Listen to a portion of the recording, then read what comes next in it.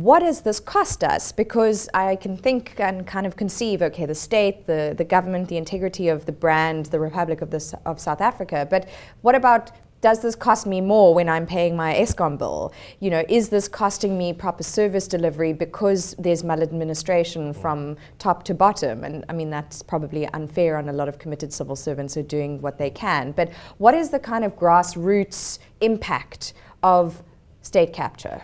Well, it has a fundamental impact on the state's ability to deal with the socio-economic challenges that we face in terms of, health, housing, education, and not just at a higher education level, but we focused a lot in recent times on the fees must fall movement. But what about issues around housing, sanitation, provision of health services, and so on? If we managed our finite resources more carefully, we would be able to tackle some of those challenges more effectively than we are doing.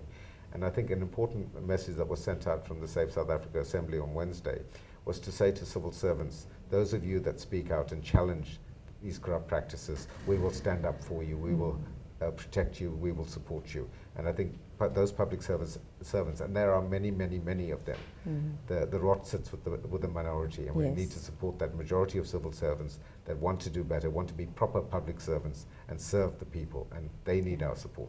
And as much as we ask that of our civil servants, we ask it of the business sector too, that there needs to be transparency, there needs to be integrity, there needs to be clear good practice that follows the rule of law in how business conducts itself as well as the state. Absolutely, and I think business. We welcome the participation of business in this campaign. It's important that they're there, that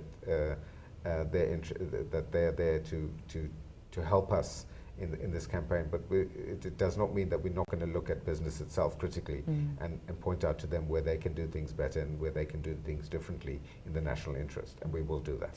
I mean, interesting also you speak there about economic kind of context, and President Jacob Zuma arrived in Harare yesterday for a bilateral conference and spoke about the economic times, the difficulties faced, and I have to say subjectively as an individual, and I'm throwing my supposed non-partisan attitude as a journalist, but to hear that come out of his mouth after the evidence that was in the Public Protector's report just smacked of the unbelievable to me.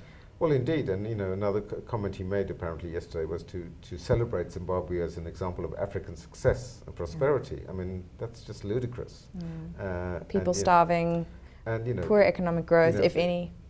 Zimbabwe is an example of a failed state, and we're heading down that path if we do not reverse that. And I think that's the stark reality that we face. If we do not turn this around, we're going to end up in that kind of predicament. Yeah.